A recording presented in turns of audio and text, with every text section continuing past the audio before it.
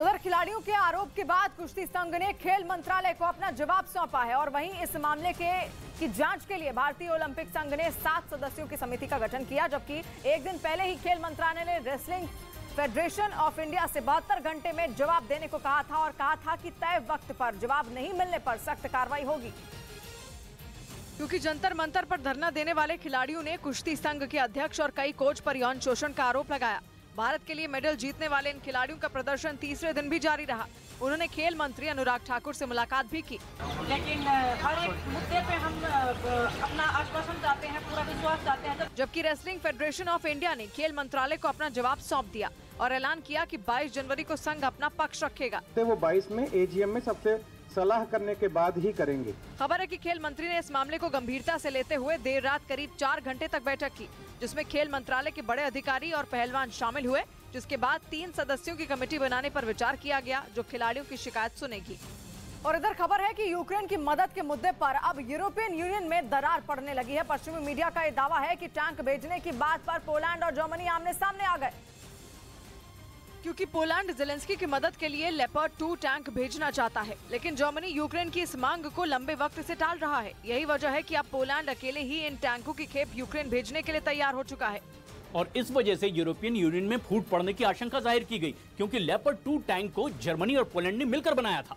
और European union का सदस्य होने के नाते पोलैंड यूक्रेन को ये टैंक मुहैया कराना चाहता है।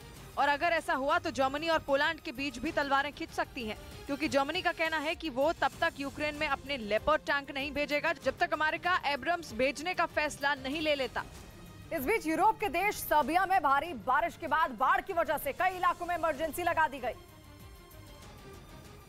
क्योंकि बारिश के बाद न केवल सड़कों पर बल्कि घरों के अंदर भी पानी भर गया, जिसे मशीन की मदद से निकाला गया।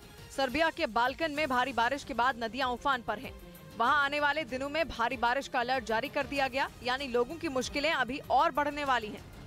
उधर ब्रिटेन की मीडिया ने उत्तर कोरिया के तानाशाह किम जोंग उन को एक बड़ा झटका लगने का दावा किया। जापान, दक्षिण कोरिया और अमेरिका तक की नाक में दम करने वाले उत्तर कोरिया को ये अब तक का सबसे बड़ा झटका साबित हो सकता है, क्योंकि दावा किया जा रहा है कि उत्तर कोरिया इसके बाद कभी कोई परमाणु बम नहीं बना पाएगा। खबर है कि इस बार किम जोंग उनको किसी और ने नहीं बल्कि कुदरत ने झटका दे दिया। झटका भी ऐसा कि उनके सारे अरमानों पर पानी फिर सकता है। अब तक जिस तानाशाह के परमाणु बम महाशक्तियों की नींद उड़ा रहे थे, उसके परमाणु बमों पर खतरा पैदा हो सकता है। दावा तो यहाँ तक है कि उत्तर कोरिया इसके बाद कभी कोई परमाणु बम नहीं बना पाएगा। इतना बड़ा दावा कुछ सैटेलाइट तस्वीरों के आधार पर किया गया। ये सैटेलाइट तस्वीरें ब्रिटेन के मीडिया ने जारी की, जिनका विश्लेषण कुछ वैज्ञानिकों ने किया और ये दावा किया कि उत्तर कोरिया की वो खान धंस गई है जहां से वो यूरेनियम निकाल रहा था। यूरेनियम की खान धंसने का सीधा मतलब यह है कि उत्तर कोरिया को यूरेनियम मिलना बंद हो जाएगा,